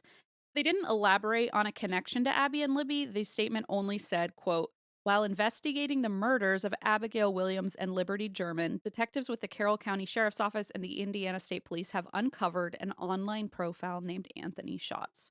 Okay. So they basically said while we were researching or investigating this case, this Here's a name came silly up. crossover. Here's a silly thing that we were wondering about. Mm-hmm. No reason. Yeah. And that's how a lot of people took it. Like, what the fuck? Like, were they messaging? Like, what's the deal? Is he a suspect? And of course, with like a very hungry media out there who's been covering this for years and been speculating, they really, really want to know. The statement, it didn't help that the email that they released requesting information be sent to Abby and Libby Tip Are at, you kidding and me? I know. And so it's like, okay, clearly there's a connection, right? But they're not really elaborating. Yeah. And so this clearly links them, and the statement asks for details from anyone who communicated with him in any way or with this username, with this profile. They also wanted information from anyone who might have attempted to meet Anthony Shots in person. Okay. So quickly, of course, people start putting two and two together. They're saying, okay, wait, this guy's being investigated for exploiting children online, and then two girls are killed in the area. It's Yeah. adding up. It's adding up. And so people decide, it's really obvious. These are connected. Libby, Abby, or both girls were lured into a trap by an online predator. Becky later said, her grandma, Libby's grandma, that Libby was not naive. So if her murder was a planned trap, she didn't believe Libby would go to the woods to meet just anyone. But perhaps she would have gone to meet a friend or somebody that she trusted. So it would almost be that classic story of somebody online, like really Sure. working to groom somebody into feeling safe and comfortable around them. And investigators eventually confirmed that Keegan Klein did, in fact, communicate with Libby over social media before her death. Oy. The messages were on the phone they discovered that also had the video of the person walking across the bridge and the So photos. did he admit it, or they just saw it on his phone? They saw it on her phone, On her phone. and they did confirm that the two of them were in contact Okay. before her murder. But that is as far as they could get with evidence. Okay. They basically found no other link of them planning to meet up. There was no evidence that they arranged any sort of meeting. But of course, people aren't buying it because they're like, well, what are the fucking odds that like she's Yeah. engaged by this online sexual predator and then targeted by a random violent man within a matter of months by coincidence? Like, so people are just like chomping at the bit for more information on this. It got, let's say it got a little out of hand. I would bet, especially like because you were saying last time it's like a small town and everyone knows everyone, right? Yes. I feel like everyone is the tensions will be heightened very quickly. And I think that this case, now that I think about it, because it makes sense for obvious reasons, having taken place in February of 2017, which is the year we started this podcast and the month we started this podcast, and the rise of true crime was really like hitting that kind of peak, and it was starting to really snowball. And I think the fact that this happened in 2017 and then, went on for so many years. It became this sort of storyline with certain content creators and people covering it and journalists, and they were like covering it for such an extended period of time that like they were invested, and Mhm. people wanted to know what happened and wanted this solved. And that's not necessarily a bad thing, of course, but over time, some people took it a little far. And one example is this woman who decided to, as she calls it, catfish the catfish. Oh, beautiful. Okay. Well, why are you getting involved, babe? Like, Yep. Yep. meddling, messy, messy. It was messy. She started like FaceTiming him in jail or like sending him videos and saying What? it was so and he was in jail but for these other charges uh and she was like trying to get on his good side. I don't know. I watched some of the clips and I was like, and she's like not she's like wearing a towel, but she's like this older woman and people were like, "Well, why are you doing that? Like if he targets young girls, like Yeah. the whole thing was just strange." And it was kind of like, and then she's like, and I testified at his hearing, and it, it just is like, okay, yeah, messy. Like, what are you doing? And it's like the thing that one of the people said in the one of the documentaries I watched was like, we're forgetting what this is all about. Like, we're not here to like play a game and try to trap him into like this is not about tricking him into saying something. This is about like getting to the bottom of what happened to these girls, and I feel like we're getting away from that. You know? Yeah. No, totally. And also, it's like, I mean, I guess if you think you're being helpful, I could understand why you would want to do it, but that doesn't mean you should. Like Yeah, yeah. the vigilante thing, when there's already like barely any evidence, we already only know some of the information, not all of it, which I guess they wouldn't know, but it's still like just at least give them a second to try to figure it out. It'd be one thing if like we were talking about one of the other missing cases you've recently reported on where like the system is not helping the people that are involved and like they have to stand up for themselves and they have to take care of it because no one's looking out for them. Yeah. But like Yeah, and but I this feel is like being paid attention to. that was the argument that they were sort of making because it had been so like years, and they were like, well, they must not have anything because like there's just no answers here. So they were kind of using that argument of like, well, if they're Okay. not going to do it, we're going to do the vigilante thing. But also like it just felt the fact that she's still like going on about it, like it was this huge boon to the case. And like Mhm. I mean, and I don't know all the details, but to me it just felt gross. I just was like, why are you doing that? And also like we don't know that that's the guy. Just I mean, I Right. know it the coincidences are crazy, but like due process, huh, well, oh well, Mm. that's out the window, I guess. But you know what What's I mean? that? Like, yeah, I know. Oops, we're gonna get like banned just like Calvin and Hobbes or whatever the fuck else they're banning from the Library of Congress. Um anyway, so it just was like a little of, and then the fact that she's in the documentary and then she testified, I'm like, what are you doing? Like you don't know these people. It just felt so like invasive. It's not something you can like mess around with and then you step away. Like it's like a Yes, like once you she's dip your toe on in, you're involved. totally, and she's like FaceTiming this guy in prison, and like all the calls are being recorded, and it's like kind of like whoa, whoa, whoa, Mm. whoa, whoa. It just felt to me a little far, especially when it comes to like trying to prank or not prank, but I guess like trying to lure the catfish. It just was like, what are you doing? Like no, no, no, you're muddying the waters here. Like this is getting. Did that happen with a lot of people, or is she like a specific She was like, standout? yeah, she was Okay. like the one who got like really into it and videoed it and Mm. was she's like, "Yeah, people said I was doing like naked dances and stuff." And I'm like, and she's like, "I wasn't doing that." And like I looked at the footage, I'm like, "No, you weren't, but you were also like clearly like half nude and like trying Mm. to, like I'm not saying, she did anything like absolutely outrageous, but the whole situation just felt like kind of out of touch to me. I was Sure. like, you know. So, okay, back to this. That's what's happening when Anthony Shots gets mentioned. That's like how big on the internet this is becoming this, big story, or it has been a big story. But now Anthony Shots is in the picture and everyone says, well, we know what this means, even though the police never actually said it. And so on October 28th, 2022, which is about a year after the police requested information on Anthony Shots, the account, authorities announced a press conference scheduled for a couple days later, October 31st. So that day, two news teams reported that a man was arrested in connection to the Delphi murders. Mm. Both sources accessed jail records to identify him as a man named Richard Allen, aged 50, and people were so confused. They're thinking this press conference is about Keegan Kline finally being connected as Anthony Shots to these crimes, and then all of a sudden there is a name that nobody has ever heard of. And this has become a huge community that follows this case, and they're very invested. They want answers, rightfully so. And all of a sudden they hear this name, Richard Allen, and they're all going, who? Like, okay, this is not even Can I guess? a person. Absolutely.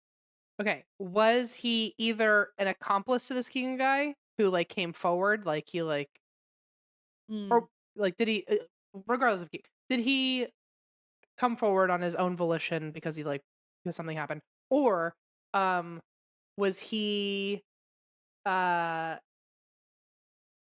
don't know. In my mind, I feel like they were accomplices. How would he have gotten found out though? I don't know. I don't know. I This is so shouldn't have. interesting. You're asking the right question. You're asking the exact right questions. Okay, That because is what my first thought is this is my I feel like okay, the guy who was snapping them, who was pretending to be what's his name? Anthony Anthony. Shots. Yeah. I feel like as Anthony, he said something like, "Let's all go meet on the bridge," and so they thought they were going on like this, like her and her friend were gonna go meet this cute boy.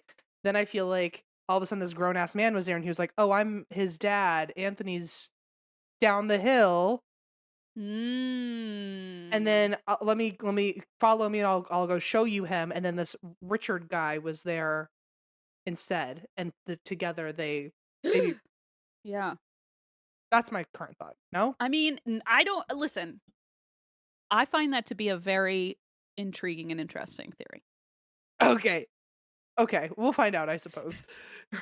Or will we? Okay, let's move on. Okay. So I love that. See, I love to hear your like perspective, because I feel like after watching all the document, it's like at a certain point I've heard the narrative enough that I'm like, okay, I kind of know where people's minds are at. But I like to hear you hearing it for the first time, like what your thought process is, because I think you're asking the exact right questions, and that is pretty much what is being sort of implied, right? Like, why are they asking for this guy?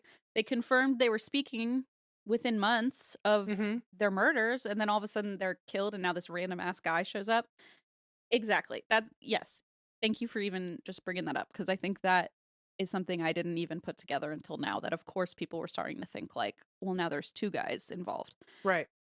So everyone gets kind of this like whiplash, right? Because they're saying, okay, there's a press release. Everyone's prepared for the press release. They're thinking they're going to finally announce that like Keegan Kline is involved. And then all of a sudden they don't say anything yet.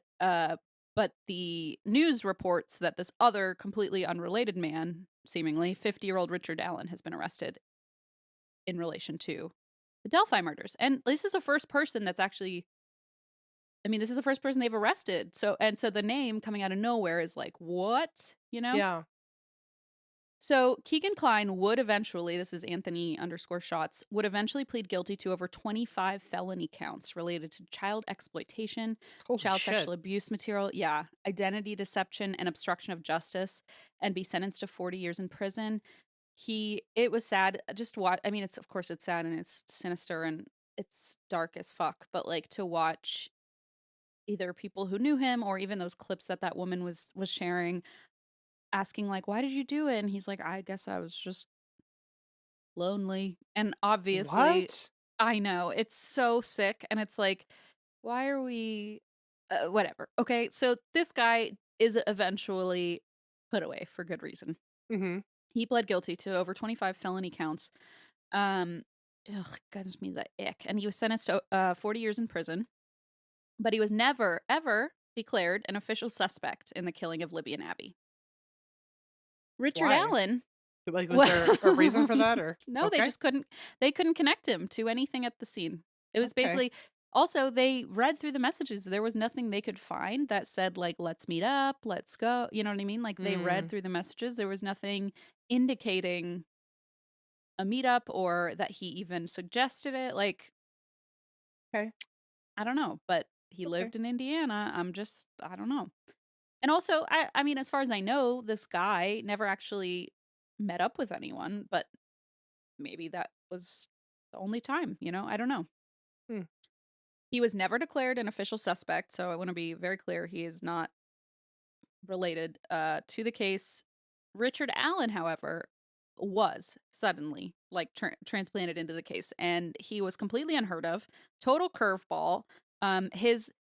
His track record, like he was basically got a ticket for not wearing a seatbelt, but like Okay. nothing, like no criminal record. Mm-hmm. It was just like maybe speeding, that kind of thing.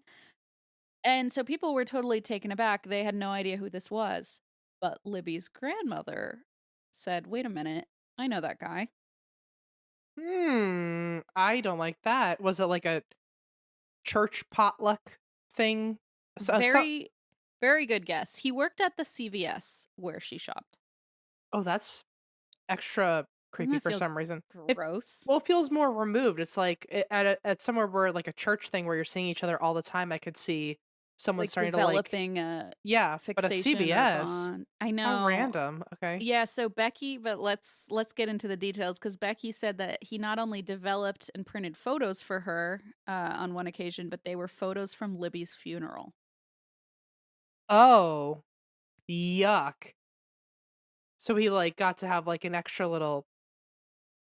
Is that not like uh, So like ooh, he it got makes to have my that extra excitement of like, oh, I get to now see the pictures of something I caused. I mean, I don't even know if it was intentional, but the fact that he was the one that she saw like handing like clearly that was a choice. Sure. If that is the suspect, if that is the person who did this.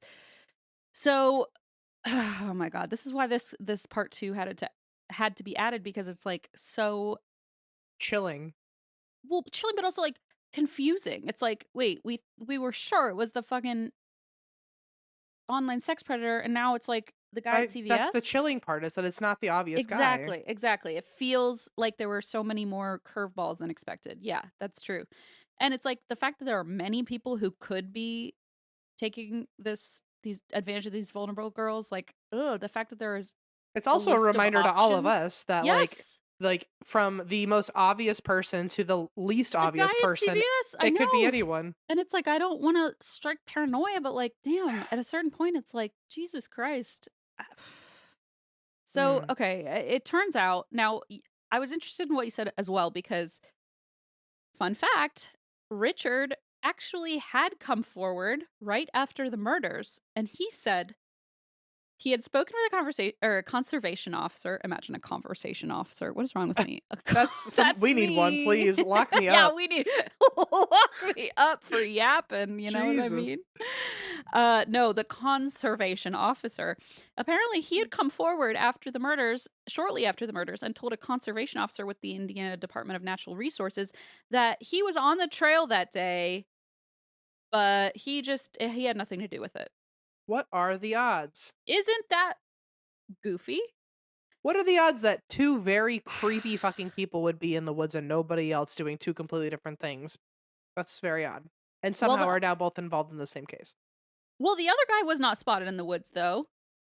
Bridgeman. Bridge guy. Oh, but Richard wasn't spotted in the woods. But did he just say, "Oh, I well, happen no, to be in the woods"? Richard was in the woods. The social media guy was not ever brought into the picture as far as being on the scene. He was not connected at all to the murder, which is why they kind of had to move on from him. Right. Because sorry, I got ahead of myself. No. But so it is confusing again because there's Bridge guy on the video. There's first old Bridge guy sketch, and then young Bridge guy sketch. Then there's child predator Anthony Schatz, who's actually Keegan Kline, who's also Emily Ann. And now here comes this random ass dude from CVS who also days after the murders just happened to admit he was on the trail and he had nothing to do with it, but he wanted to do his civic duty and, let them know he was there, but he had nothing to do with it. Like, guilty this as is a sin. mind fuck, And so, oh my God, he was not considered even a person of interest. Like, they basically somehow just heard him say I was on the trail and they were like, got it. and moved on. So years after the murder, investigators are now searching for any information on Bridge Guy, as well as a man seen in the area that day by multiple witnesses. And they believed that Bridge Guy and the guy being seen by these witnesses were the same person. Mm. So a volunteer for the police department was sorting through documents when she came across a file from 2017 on Richard Allen. Now, this is where we find a fun little admin mistake that is just infuriating, because you're like, I forget what case it was. Maybe it was Ted Bundy or Jeffrey Dahmer. Maybe Jeffrey Dahmer, where like one admin error ended up like, oh no, I'm sorry. I think it was the Night Stalker. They like wrote down the wrong. Okay, now I'm just putting every case out there, but there was a case where they like wrote either the wrong type of truck or like the wrong color, and it completely messed up, catching the guy when they could have. Mm-hmm. So stuff like that happens, right? But so she comes across this folder, this file, and it's on Richard Allen, but it was filed under the incorrect last name because Richard Allen lived on Whiteman Drive in Delphi, and so they called him Richard Whiteman by mistake. Oh and my God. I know, it makes you want to scream. His file was marked with a green dot, which indicated that he had been cleared after the first and only contact with him in 2017. And this volunteer, Kathy Shank, she had been a volunteer for multiple years as a clerk for this investigation. And she had actually begun as a receptionist before taking on more responsibilities, like recording tips in a separate database. So seeing that Richard was on the trail that day, even though his file was marked green, and that his statement had never been followed up on, the volunteer passed it on to investigators and said, like, maybe this deserves a second look. So investigators did follow up with Richard on his presence on the trail that day, and whatever happened, we don't know the details, but it led to his arrest in relation to the murders. Okay. So October 31st, the Indiana State Police announced the arrest and that Richard Allen was being charged for the murders of Libby and Abby, but they did not make the probable cause affidavit public, so nobody knew why. It's like they're playing some secret game. It's like no wonder the public is like chomping at the bit. They're like trying to get anything, and it feels I feel like they're almost like edging the story along, where it's yes, here's exactly. one little tidbit, and also you'll like get something else in a week. And then of course it spins everybody out on the news, and then it like dies down again, And so this keeps happening, and they essentially arrest the guy, and they don't make public why. But Richard began to seek private attorneys to represent him at trial. And as he starts making these preparations, the public, of course, turns on him because he's been arrested for this. And the case was so notorious that a judge ordered he be put into protective custody. And then that same judge, removed himself from the case. And when he removed himself, the order read, "The judge of Carroll Circuit Court has determined that the particular circumstances within the underlying case warrant recusal and dictate that a special judge be appointed in this case. The court hereby recuses itself." So, damn. The judge was like, "I'm out, bye." And instead, the Indiana Supreme Court appointed Judge Fran Gull to the case that same day. And apparently, Richard couldn't afford his own attorneys, so he requested a court-appointed defense team. And finally, the media pushed so hard that the probable cause affidavit for Richard's arrest was eventually unsealed. And they did redact the names of the witnesses who had seen him that day on the trail, but the witnesses' accounts were in there. Investigators revealed that Richard spoke to the authorities, like we said, in 2017, because he was on the hiking trail the afternoon that Abby and Libby were killed. He said he was walking on the trail, watching his stocks update on his phone. Okay, as you do. Sure. Watching his crypto. Well, I can't, watching stocks on my couch sounds miserable. In the random on ass your woods. Phone in the woods. Yeah. So he claims he's watching his stocks, investment stocks, on his phone in the woods, and he says he walks out into the woods to look at fish, whatever that means. Maybe he's looking for that fucking giraffe. I don't know, but. That water giraffe. No, that's a good callback. Right? What a good excuse. I'm looking at fish. Oh my God. So according to the affidavit, he said he saw 3 females. Good start. I can't. Who are believed to be witnesses that were also interviewed. So basically, he's saying he saw these 3 females. Then there are these witnesses in the report that have been redacted, and they're presumably the same people who witnessed him as well. Mm-hmm. Those witnesses, identified only as 3 juveniles until they later testified in court, described passing a man who was dressed like the man seen in the video on Libby's phone, aka Bridge Guy. But I mean, also looking back, it's like a Carhartt jacket and blue jeans, and so people say like, it's Indiana, you're right. dressing the same, and like you saw the video, it's blurry. So it was the equivalent of like wearing in my mind a beanie in Paris, or like a beret in Paris. It's like everyone's got one, Yeah, it's sort of like, okay, white dude in Indiana checking his phone. He blends it in very well. He did, and I think how else would we have gotten this far, right? With the public looking at this video and not knowing who it is. So the 3 witnesses say their side of the story. They say hello to him, but he said nothing back. And one of the witnesses, he just glared at them. And remember, there are 3 they're minors in this scenario. So like, they remember this guy. Sure. The affidavit said that Richard was not seen on the trail by any witnesses after 2:13 p.m., at which time investigators claim he was in the woods murdering Abby and Libby. The affidavit also described an unspent .40 caliber round discovered on the ground between the girls' bodies. So, like, remember, Public has not known any of this because it's been sealed. Finally unsealed, and people are learning, like, oh my God, there was a bullet found at the scene. It was unspent, but investigators said that they could match this to a gun owned by Richard. Now, this is where it gets a little into the weeds, because people argue whether this is pseudoscience or, it's like the same way blood spatter gets like that kind of bad rap because it's not always accurate or reliable. But in this case, the round was matched to the gun using a method of forensics outlined by the National Institute of Standards and Technologies, technology. So I feel like it feels legit. Pretty legit. When a gun is fired and the bullet blasts down the barrel, it causes these ridges, right? Or it encounters these ridges and grooves that dig into the soft metal of the bullet, and you can match the striations on the bullet to the weapon. So in that case, the bullet is being shot and it's kind of exploding forward, and you get a pretty clear striation on the bullet. And these microscopic striations and impressions are unique, and they're able to be reproduced, and therefore, sort of like fingerprints, ballistics can identify, what gun this bullet came from. Now, the thing is, this bullet hadn't been shot, right? It had been unspent. It was unspent, so it had been unloaded.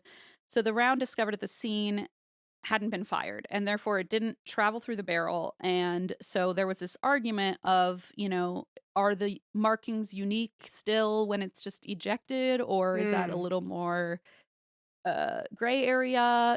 How specific? Like, if it's one thing if the bullet is shot out of the gun and you can clearly match it, but but they were able to find markings that they claimed did connect his gun specifically to the crime scene. Okay. This kind of went back and forth. I watched an interesting, Saoirse sent me a link to a video of this guy explaining it. And the ballistics expert testified at the trial, explains her methods, and it's really, it's pretty interesting. In the weeks preceding the trial, Richard's defense team blamed multiple individuals. Like, they were kind of going through the rounds of like who else they could throw shade at or point fingers at. Now, this is one of the things where Saoirse emailed and said, I've got to do a part 2 on this. This is not going to be a 1-parter, because apparently, according to the defense, the individuals who killed Libby and Abby were members of a cult called Odinism. What? And wait, is that real? They killed them as part of a ritual sacrifice. That's not real. What is not real? Is that true? Is that what happened, or is that just what's being said No, currently? that's not what happened. Okay, I was like, what a fucking It's plot saying twist. Satanists did it. Okay, I didn't know if I was going to learn about a whole new cult that I never heard of. No, you are. That is it is a real thing. Okay, that's why I asked what is real, because I'm like, the cult is real. I just don't know. It's a white supremacy cult, by the way. Oh, Oh, Yeah. okay. Well, So, yeah. So they were saying, oh, they murdered them as part of a ritual sacrifice, is what his defense team's saying, which, like, if that's what you're coming out of the gate with, like, yeah. rough. I hope So, that's what the judge said to them. yeah, ooh. You mean Fran? Judge Fran? Yeah. So here, and of course, Saoirse was really insightful here because they said, I've coincidentally done a lot of research on Norse paganism and its religious reconstruction and links to white supremacy, which Oh, think interesting. about Odinism, like Odin. Mhm. And so, as Saoirse said, getting into that would be an entire podcast on its own. But these are strictly statements made by Richard Allen's defense team. This is not like any sort Mhm. of real history lesson for anybody right now. This is just what they claimed as part of his defense. Okay. According to the defense team, Odinism is a Norse pagan religion that has been co opted by white supremacists with a dedicated following in the Delphi area.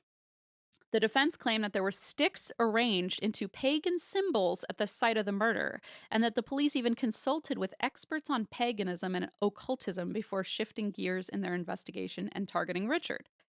So, investigators did find sticks arranged over the girl's remains, but they asserted they believed the sticks were there in an attempt to conceal the bodies, Sure, that makes sense to not, me. yeah, not create like a ritually significant image. Mhm. The prosecution maintained there was no reason that there would be a ritualistic motive here, that the claims were an attempt to gain media attention, something controversial enough to distract the public from the real issue, and the evidence against Richard. The prosecution filed a request to deny to admit any of this alleged occult or pagan activity, and the judge ultimately agreed, and the white supremacist occult defense was not permitted Hmm. at trial. So that was a wild little detour. It certainly yeah, it would have yes, sideshow. Right? It's like every page, it's like a whole new narrative happening here. No wonder this became such a sensation. So Odinism didn't work. Take two. The defense later pointed back at another possible suspect, the guy who owned the land, Ron Logan. Okay. And he owned the land where Libby and Abby were killed. An inmate wrote a letter that claimed that while Ron was in prison on unrelated charges, he confessed to Abby and Libby's murders. Uh, but the alleged confession contained many details that contradicted like the actual nature of the killings. So like even if he had somehow admitted this or if the guy in prison was making it up, it didn't actually match what happened at the Hmm. murder scene. So they were like, this is not Okay. our guy. Um, they claimed that Ron temporarily moved one of the girls' bodies, removed the battery from Libby's phone, burned some of their clothes, and the police were like, none of that happened. So this is bogus. You know, it's just like Okay. another Well, red good. herring. And then Ron ended up passing in January of 2022. So that was sort of like no further on that.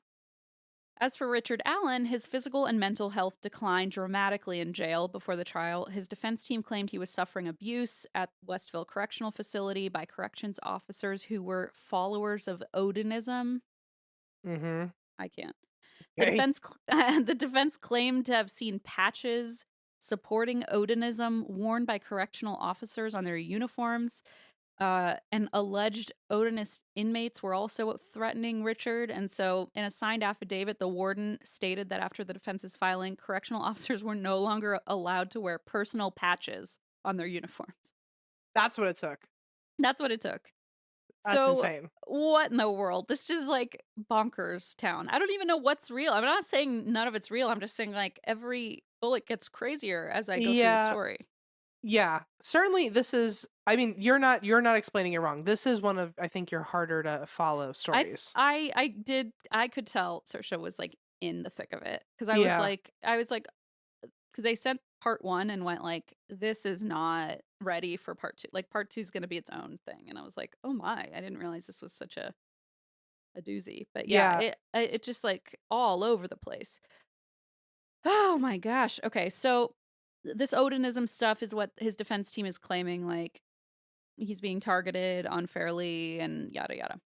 So he also stated, the warden, that the facility had very few inmates that practice Odinism, and these inmates had no contact with Richard Allen. So So he's not even part of their little club. Yeah, he's not even like a He target. wasn't He's even not even an invited. enemy. He's not even an enemy of their club. Like they don't even care about him. So embarrassing Like I for don't think him. about you, you know. Wow. While in prison, Richard confessed to his wife more than once by phone to killing Abby and Libby. Why does he want this so badly? Like, or it was, I Each mean, time, each okay. time, his wife told him he did not kill Abby and Libby, and something seemed wrong, and he seemed unwell. Does he have is his Well, brain's like fucked up? Like he's got like, is he aging quicker or something? Or well, ABC News reported that Richard was held in solitary confinement for 13 months, hmm and that, in my opinion, and has been proven to be a cruel, unusual punishment with potentially irreversible psychological consequences. sure. And the fact that this happened after 13 months of solitary confinement, that he's confessing to these murders, and his wife is saying, "You didn't do that." Yeah, I don't know. I don't know if it's his wife saying, "Don't admit that on the phone." I don't know if it's her not believing it. I don't know if sure. it's him like having a mental break.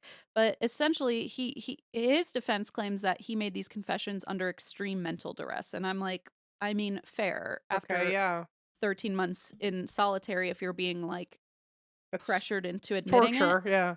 Yeah, tortured, exactly. Well, I was asking about like if his brain was if something was going on because I literally last night watched the Law and Order episode where like a guy who was seemingly relatively fine, all of a sudden he started like killing people, and it was because he like had like advanced syphilis, and Oh, like like his Al Capone. like his brain was deteriorating and nobody Mhm. knew it. So that's what I meant by that. But okay, yeah, maybe it was just like being in solitary and like losing your mind because after a week it's hell on earth. And So on, maybe so they he say, and maybe he did it, and or he's maybe he just did it. now broken down enough to admit it and Yeah, can't hold it in anymore. Who knows? You know, it's like it's just really hard because it's like every time you feel like got it, it's like maybe not. it's whiplash. It is. And so, you know, they're saying he made these confessions under extreme mental duress. Monica Walla, then lead psychologist at the Indiana Department of Corrections, testified that Allen repeatedly confessed to her on different days throughout 2023. However, okay, this is like, again, what the fuck, people? Okay, sorry. Monica Walla, the lead psychologist, she claimed that he confessed to her multiple times. She said, Alan told her he drank several beers before hiking into the woods where he encountered Abby and Libby on the trail, and that he used a gun to intimidate them into the woods.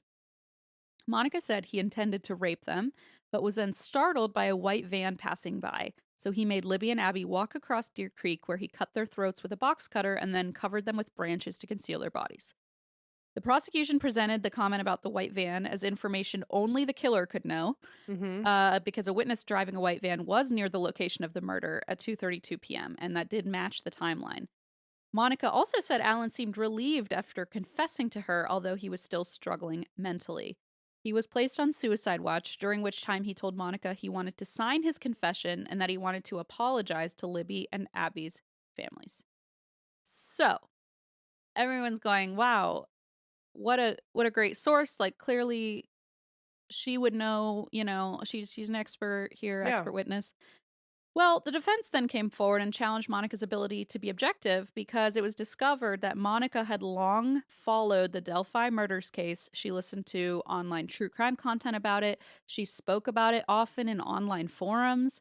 And it just felt like, I don't No. know if you can trust that, because she also testified that she used her special access to correctional databases to find information on the case. Mm, So, like, the white van could have been something she read, you yeah. know, and then, Now like, it's just kind getting of muddied.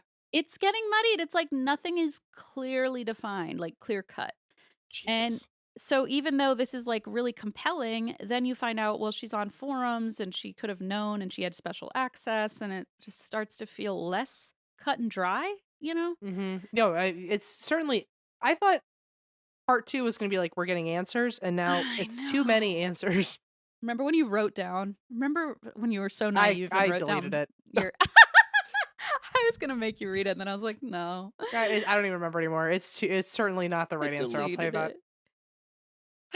Or is it? Who the fuck knows? So she testified that she actually, you know, so she could have unintentionally or intentionally, probably unintentionally planted this white van idea. Like, we just don't know, and it just feels like less confident now Mm-hmm. of a lead. So she ultimately closed her social media accounts when concerns were raised about how close she was following the case before Richard arrived at the place where she worked. Richard was observed during his time in jail eating paper, defecating in his Oh, cell, wiping he. his feces around with his hands onto his face, hitting his head against the wall, refusing meals. I mean, he's very unwell. And Yeah, his wife he. said, like, you're deteriorating, you're unwell. So it's like, And again, also, this. if he was from that area, if he was or heard of that, he was from that small town or whatever. Like he Yeah, would he have worked at the heard. CVS. Yeah, Yeah. so he would have heard about Libby and He printed the funeral photos. yeah, so that Which is he would why when you said, definitely. like, oh, maybe he got like a sick fascination, I was like, honestly, maybe not. Maybe he literally just worked Yeah, at the CVS. So it's like, it's hard to say. And I don't want to like no, it throw totally makes anyone, sense. but like, maybe that is what happened. And now he's having this mental breakdown. I'm not And he just sure. remembers them, and it just kind of gets blurted out, or Maybe. yeah, And so wow, he's clearly unwell and he's clearly in a compromised psychological state. So any confessions feel like they hold less water now too. Um, but the warden and whoa, sorry, a huge roll of thunder just like shook my whole I house. heard it Ooh, you did? a Okay, I was little like, bit. it was just. It I'm sounded so like jealous. Hank's boof. Boof. Ooh, I'm so jealous of you. I Oh, would give anything to it's hear thunder. Emma, it's that time of year where it's like those like hot thunders, and Oh, it's like, the heat oh, it's the storms. best heat storms that we have. Like the we have a sky. What are they called? Skylight? Yeah, sky. What's wrong with me? Is that what it's called? Up in the ceiling, the window. The window in the ceiling is a Yeah. skylight. Yeah. Thank you. Thank you. We have a skylight, and I always forget we have it because it's way just like one singular skylight, and then like it'll start pouring rain, and I'm like, "What is that sound?" And then I'm like, "Oh right, it's the skylight." But it is kind of cool because it's like, "Oh, you hear it on the roof." Anyway, okay, you'll probably hear that in a moment. But anyway, back to this. So the warden at the facility and multiple corrections officers, we're talking about him being psychologically unwell. They claim this is an act for the most part. They claim that in one of Richard's confessions, he asked, "How do I prove I'm insane?" Mm-hmm. And they think he's putting on a show, Hmm. defecating, doing this whole hitting his head against the wall to claim insanity. This is what the warden and the prison facility is saying, and the corrections officers are saying. So it's he said, he said. Much of Richard's confessions and behavior were said to have begun after he received the so-called discovery documents, which would include all the information they had against him and could use against him in trial. The implication being that maybe he realized like how much evidence they had against him and panicked Yeah. and Yeah. I don't blame him. pled insanity, right? So before trial, the defense and prosecution both agreed it would be nearly impossible to find impartial jurors in Carroll County. Like you said, it's a small town. Everyone has been following this very closely. So what they did was they pulled jurors from a different county, but held the trial there. So they basically like bust them in from somewhere else. Okay. Got it. The jury heard 17 days of testimony in Whew, what I my know God. include a lot, including what was considered the strongest evidence in the case, which was the murder timeline, which involved the witness testimony of Richard's presence on the trail, Richard saying he had seen this white van, as well as the unspent round that matched Richard's gun. And so on November 18th, 2024, after 19 hours of deliberation, the jury declared Richard guilty on 4 counts of murder. And a month later, he was sentenced to 130 years in prison, uh, Mm. and he immediately appealed. So during the sentencing, the judge accused Richard of rolling his eyes at her after hearing the Oh, witness impact statements from Libby and Abby's families. not a good look, bud. No. She actually reprimanded him repeatedly for rolling his eyes at her throughout the trial. And this was really striking for listeners because there were no cameras permitted. So people couldn't see him, but they could Mm. hear this kind of like Like a scoff, like a oh. this no, they couldn't hear anything from him. So her saying, "Stop rolling your eyes at me," Crap. was basically the only evidence people had, like, oh shit. Like they wouldn't have known this guy was having this kind of Sure. attitude problem or whatever. But she kept saying, "Don't roll your eyes at me," and people were like, "Oh my god, this motherfucker is like hearing the family speak and rolling his eyes." And so, it was helpful that people were able to know that, I suppose. But Abby and Livy's families both spoke at the trial. Abby's grandfather, Eric Erskine, said that losing Abby was like losing a limb that will never grow back, and that the Mm. information he learned during the trial confirmed his worst nightmares about what Abby and Libby suffered. Yeah. He said, addressing Richard, "You will never take away our memories and their legacy." In a written victim impact statement, Libby's mother, Carrie, said that her younger daughters were robbed of their big sister, and she said she was so proud of Libby, her daughter, for recording her video that day to expose her murderer. In a documentary, Kelsey, Libby's sister, said Libby was heroic for thinking fast and discreetly recording Richard before she was killed, and of course that Abby was heroic too, especially because the two of them stuck together instead of, running away, leaving one alone. They stuck together, and so their family said they were proud of them for that. Now, as recently as March of this year, so we're talking 3 months ago, Mm. Richard's team has made motions and appeals attempting to have Richard's convictions overturned based on challenges to the prosecution's case at trial, um, including the timeline. So that should be interesting. Yeah. The appeals are unsuccessful so far, and Grandpa Mike made a statement that he respects these filings as Richard's judicial right, but he wishes Richard would just accept responsibility for the killings and quit appealing. Yeah. The girls' families have, of course, also been very distressed by a lot of the online kind of commentary and sleuthing and throwing around random names and theories that have muddied the water and kind of put them in the spotlight in the worst way. Um, for example, remember how they released like 3 seconds of Bridge Guy and it was him saying down the hill? Mm-hmm. So the full video is 43 seconds and it was not meant to be made public, Oh but shit. it Okay. was shown to the jury at trial and it got leaked, I guess. And somebody leaked it and it's now publicly available. I did watch it before I realized this was something that had been leaked accidentally. It was in a documentary. But I gotta tell you, it's not something you want to watch. It's not any. They didn't release anything very gruesome or anything like that. But to hear kind of the last words of a little girl as Yeah. she says to her friend, "Is he still following us?" Mm. And you hear one of them say, "A gun," like he has a gun. Oh no. It's horrific. They're 13 and 14 respectively, and they're trapped because this guy's following them along the bridge, knowing there's no exit point. You have to go back across the bridge to get out. And Mm. So just wandering sh deeper into the woods to get away from correct. them and And Livy says to Abby, it's a dead end pretty much. So Livy says to Abby, "Is he still there? Or is he still mm. fine?" She says, "Yeah." And then essentially you hear, "Guys, down," he goes, "Guys, down the hill." That's why he said down the hill. Yeah. And Oh so, my god. it became the name of the documentary. It became like a really instrumental part because the first Down the Hill was the only part that was initially released. Then they released Guys, Down the Hill.